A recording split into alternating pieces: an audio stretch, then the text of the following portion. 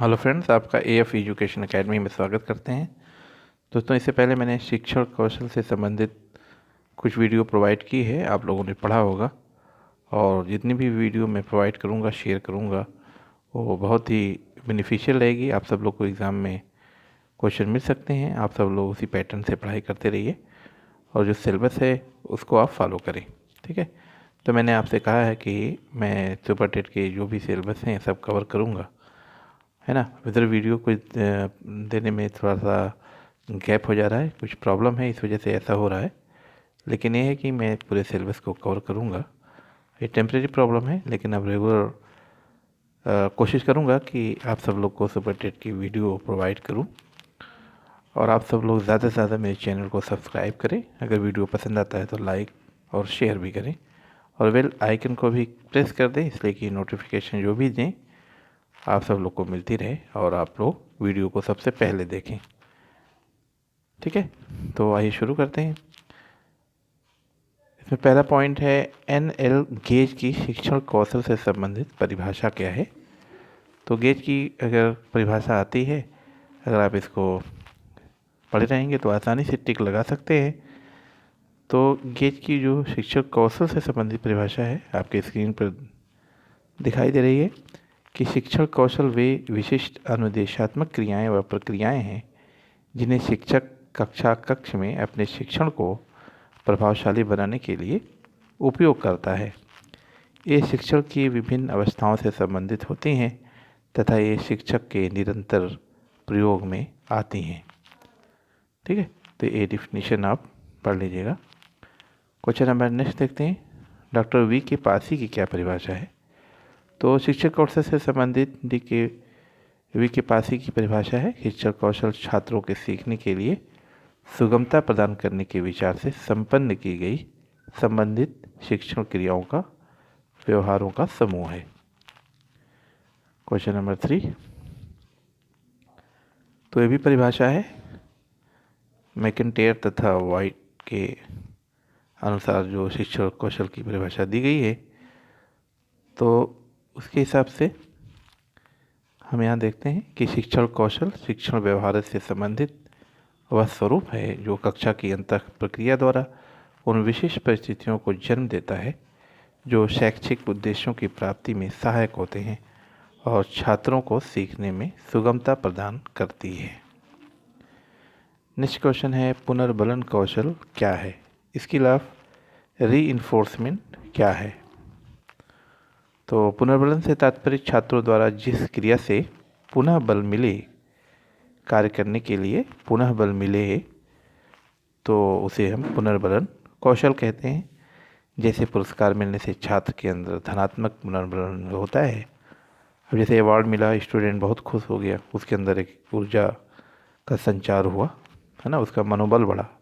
तो ऐसे पुनर्बलन को धनात्मक पुनर्बलन कहते हैं और वह रुचिपूर्वक अध्ययन करता है। और दंड मिलने से ऋणात्मक पुनर्बलन यानी निगेटिव फीलिंग होती है सॉरी। और दंड मिलने से ऋणात्मक पुनर्बलन द्वारा छात्र गलतियों का सुधार करते हैं, लेकिन ये निगेटिव फीलिंग होती है ना। तो शोध अध्ययन में हमें यह बताते हैं कि धनात्मक पुनर्बलन का प्रभाव ऋणात्मक पुनर्बलन की अपेक्षा अधिक होता है, ठीक है। ज़्यादा प्रभाव अच्छा होता है इसका धनात्मक पुनर्बलन का, क्योंकि उसके अंदर जो है निगेटिव फीलिंग नहीं होती, है ना।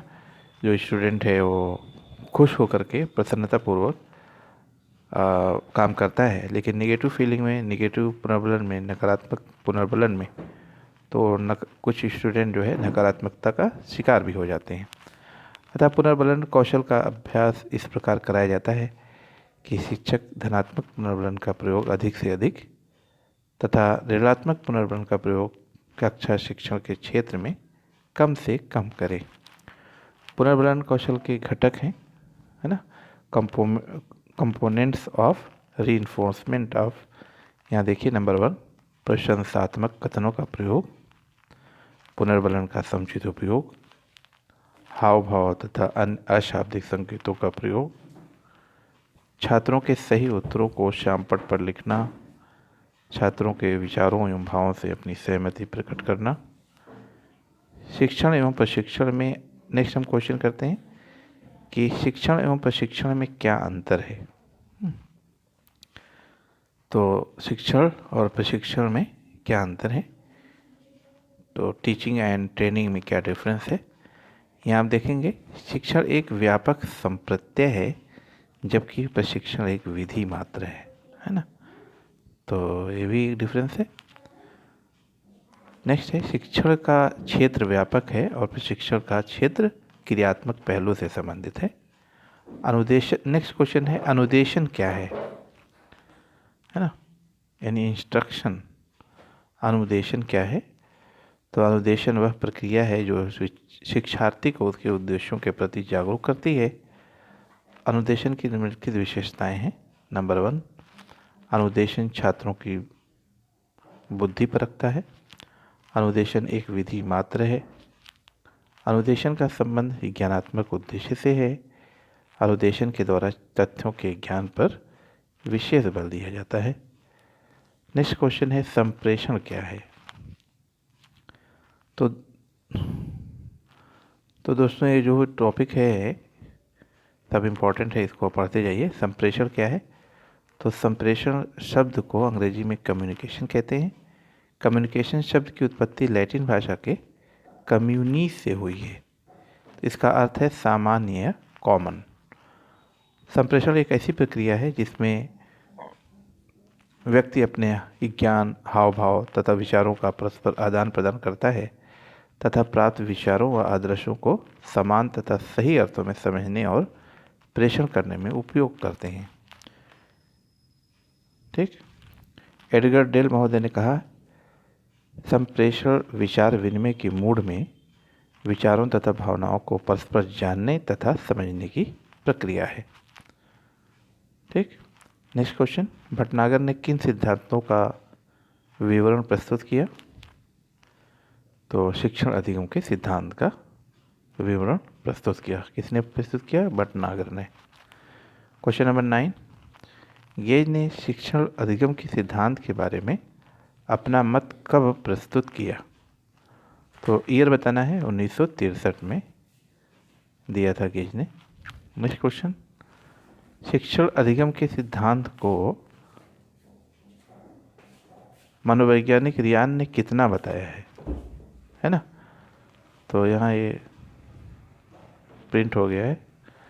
तो शिक्षण अधिगम के सिद्धांत को मनोवैज्ञानिक रियान ने कितना बताया है, तो रियान ने 2 शिक्षण के सिद्धांत बताए हैं। एक को एक्जियोमेटिक कहते हैं, दूसरा एम्पिरिकल। क्वेश्चन नंबर 11, शिक्षण सिद्धांत के लिए B.O. स्मिथ ने आवश्यक तत्व कितने बताए हैं, तो 4 बताए हैं। जिसमें से पहला है शिक्षण व्यवहार के लिए चरों के लिए कथन, दूसरा है चरों के पारस्परिक संबंधों का प्रतिपादन, तीसरा चरों तथा शिक्षण व्यवहार के सहसंबंध, और चौथा है शिक्षण व्यवहार के चरों का मनोवैज्ञानिक तथा सामाजिक परिस्थितियों के संदर्भ में इन्होंने बताया है।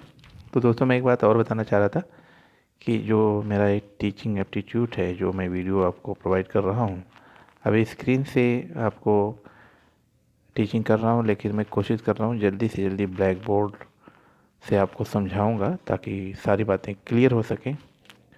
क्योंकि ब्लैक बोर्ड से समझाने का जो मेथड है वो बेस्ट मेथड माना जाता है, और स्क्रीन से आपको बताने का जो मेथड है एक वैकल्पिक व्यवस्था है ना। तो नेक्स्ट क्वेश्चन देखते हैं, शिक्षण का सिद्धांत आदर्श मूलक सिद्धांत है, ये किसने कहा, तो इसको कहा है ब्रूनर ने। ठीक। क्वेश्चन नंबर 13, शिक्षण का सिद्धांत बहुत ही तर्क वाक्यों का एक समूह होता है जिससे एक ओर शिक्षा के परिणामों तथा दूसरी ओर छात्रों की विशेषताओं में पारस्परिक संबंधों को स्पष्ट किया जाता है ना। तो एक कथन है, किसका है, ट्रेवर्स का है।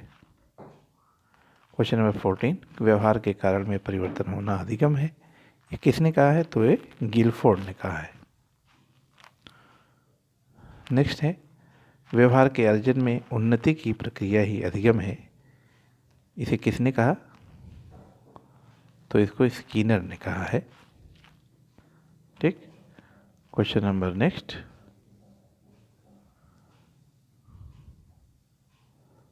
पहले से निर्मित व्यवहार में अनुभव द्वारा परिवर्तन ही अधिगम है, ये किसने बताया? तो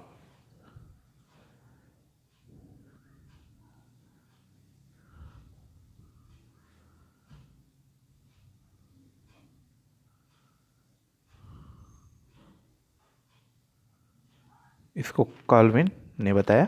ठीक है। समीक्षात्मक चिंतन क्रिटिकल थिंकिंग में जिस प्रकार मानसिक क्रियाएं यानी दिशा, व्याख्या, चयन, सृजन, समालोचना होती है, ये अधिगम कहलाती है। ये किसका कथन है? क्रो एंड क्रो का है।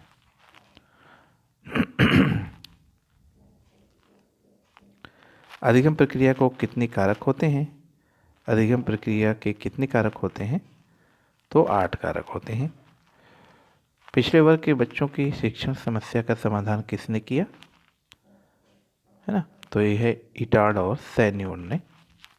किस मनोवैज्ञानिक ने दावा किया था कि वह अपनी इच्छा अनुसार बालक को डॉक्टर, इंजीनियर बना सकता है? तो वो है वाटसन ने। नेक्स्ट है, शिक्षण कार्यों के आधार पर भी शिक्षण प्रत्यय का विश्लेषण किया जा सकता है? तो इसको बताने वाले हैं सोरेनसन और हस्क ने। नेक्स्ट क्वेश्चन, सीखना विकास की प्रक्रिया है, यह कथन किसने दिया? तो यह है वुडवर्थ का। नेक्स्ट क्वेश्चन, अधिगम का क्या आधार है? तो अधिगम का आधार परिपक्वता है, इसको जानना चाहिए। नेक्स्ट क्वेश्चन है, सीखने के नियमों के प्रतिपादक कौन है? तो ये थॉर्नडाइक।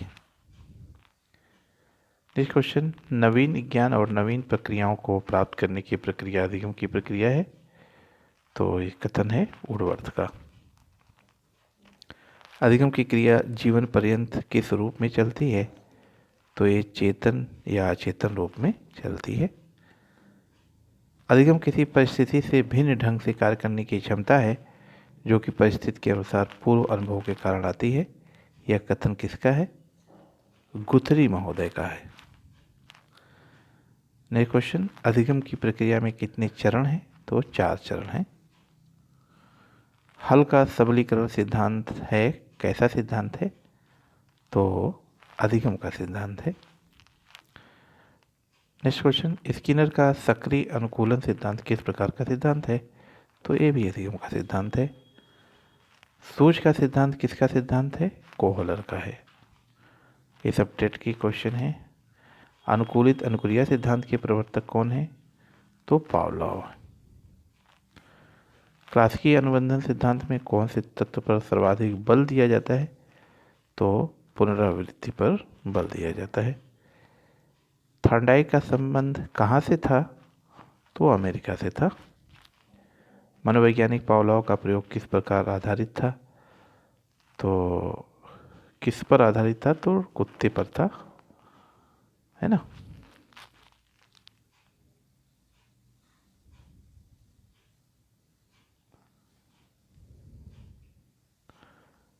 नेक्स्ट, पावलोव के कितने सिद्धांत हैं? तो 3 सिद्धांत हैं। संबंध, प्रत्यावर्तन संबंध प्रतिक्रिया और अनुकूलित अनुक्रिया। क्वेश्चन नंबर 37, अनुकूलित अनुक्रिया में प्राकृतिक उद्दीपन क्या है? तो ये भोजन है। थॉर्नडाइक ने किस जानवर पर प्रयोग किया था? तो बिल्ली पर प्रयोग किया था। सामान्य तौर पर शिक्षण के कितने सिद्धांत हैं?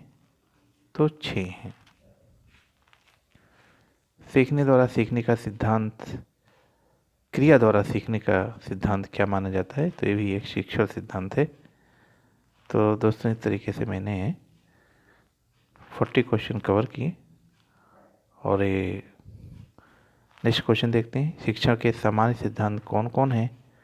तो इसको ध्यान से देखिएगा। क्रिया द्वारा सीखने का सिद्धांत, जीवन में संबद्धता का सिद्धांत, हेतु प्रयोजन का सिद्धांत, चुनाव का सिद्धांत, विभाजन का सिद्धांत, पुनरावृत्ति का सिद्धांत, है ना।